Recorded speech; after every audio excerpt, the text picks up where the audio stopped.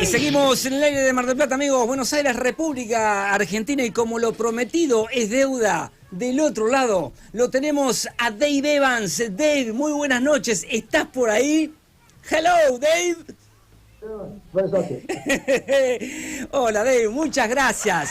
Dave, te queríamos preguntar, bueno, por los comienzos de AC/DC, donde de repente no era fácil llegar a un sello discográfico, ¿no? Y ustedes lograron llegar rompiéndola en Australia, sonando en todas las radios. Contame, ¿cómo fueron esos comienzos en AC/DC?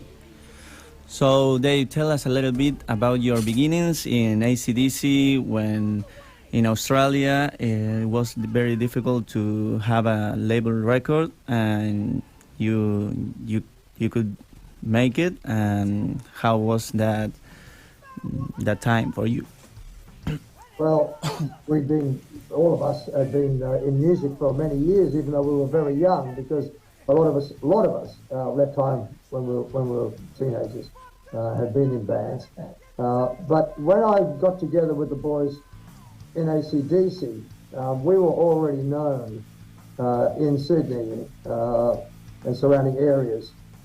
Because I'd been in a band called Velvet Underground in Sydney, a top band, and Malcolm Young had also been in Velvet Underground as well, but before I joined.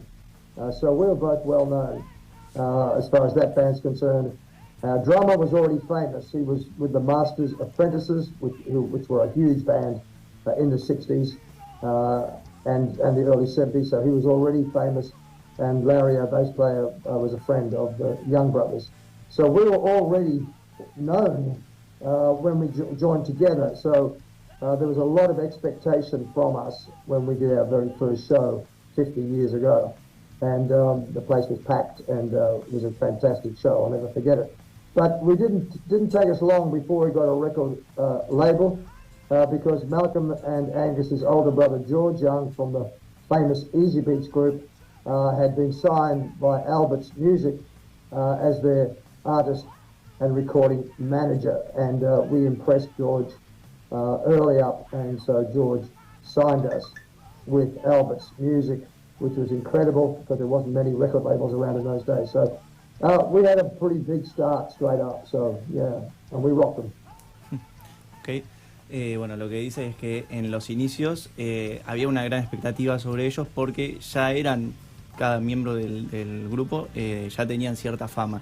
El baterista era bastante famoso, bueno, Malcolm Young también, venían de ciertas grandes bandas de Australia, y cuando se reunieron ellos en Sydney para hacer AC/DC había como una gran expectativa, así que no les fue tan difícil lograr la fama que tuvieron, pero bueno, sí les no era tan fácil tener un sello discográfico en ese momento, y lo pudieron hacer dentro de todo bastante rápido, así que estaban muy orgullosos.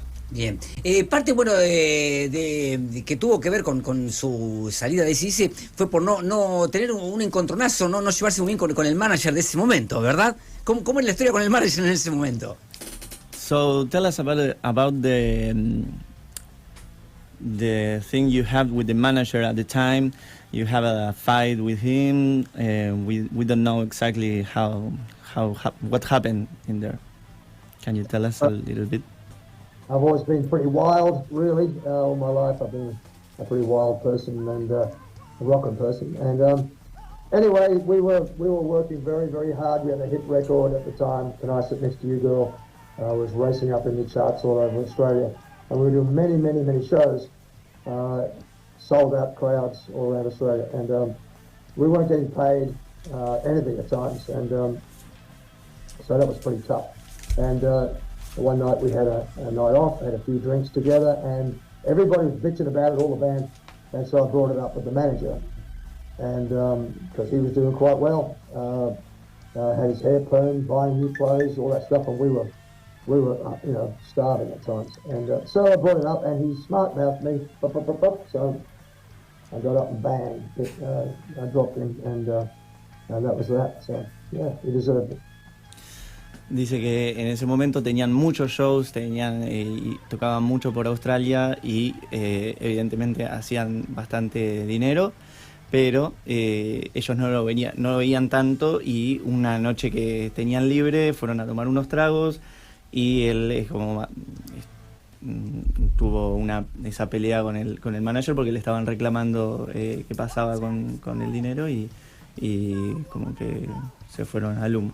Played grounds there and kicked the ball around on the main field as well. So that's a great honour and a privilege. So yeah, and I'm on YouTube all the time watching soccer these days as well.